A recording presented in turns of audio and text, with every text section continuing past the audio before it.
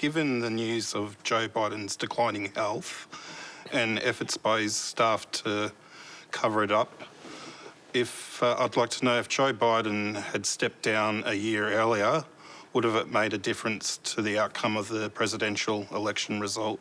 Dee? Look, I'm not sure that it would have made a huge difference. I think they might not have lost by as much. I think the broader question is for age, and this is not being ageist, but there is such a thing as mental decline when people get older. 81 is too old to be running for Parliament or for president. Dave? Look, I mean, I've read the excerpts of the book. Obviously, Joe Biden hasn't had a chance to respond to it, and his staff, I think, contest that.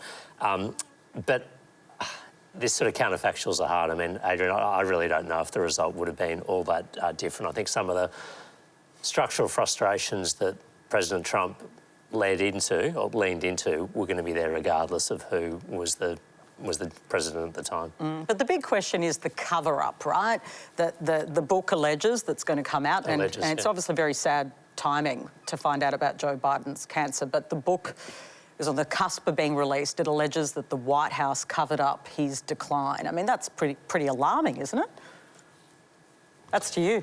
Well, look, I think it is. I mean, I respect that the president should have a degree of privacy, and I would say there's a long history of this in US presidents. I mean, Woodrow Wilson... declining? Well, Woodrow Wilson was incapacitated by a stroke for most of the last 18 months to 2 years. I don't think that's a good thing. I think if it's true, it's not acceptable, and the staff and the administration more broadly should have levelled with the public if there was a cover-up. But like I said, he hasn't had a chance to contest these allegations. And Tim, I mean, obviously, you've got to front up and be honest about these things, don't you? You don't cover up a decline of a political leader. Well, the first thing I'd say is the bloke's crook. What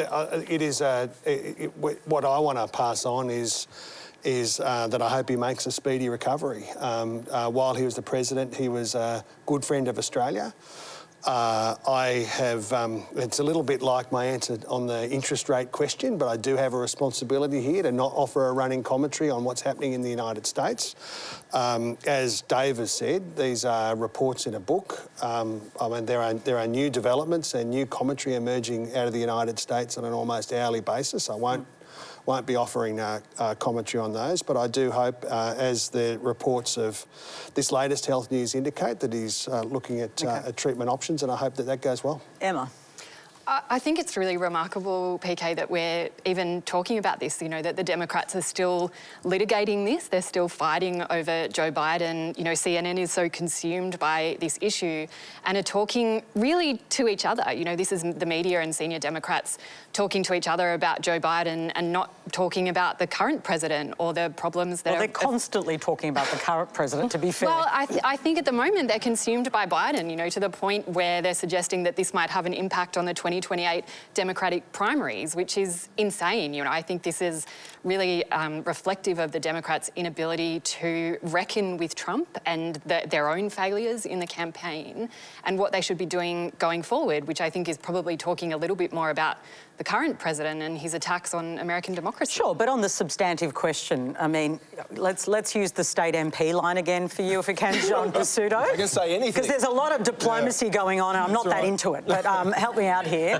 Well, look, I think the broader point about the American presidency, it occupies such a preeminent place in American politics and life generally that there's a kind of aura around it. We forget that for a long time, presidents have concealed issues about their health, and you could name any number of them. So that's the first thing. But to Adrian's broader point, I don't think I'd like to tie the question to whether you would win an election or not. I think the enduring principle ought to be accountability and transparency and the confidence that the public always needs that its elected leaders are in a state fit to make important decisions on your behalf, and that applies to everyone through time. Yeah. Although Trump's tweet today was, how did Dr. Jill Biden not pick up the fact that he's got stage 5 cancer? It's like, because she's got a doctor of education. Yeah. Yeah. Yeah. That'd be why. Wow.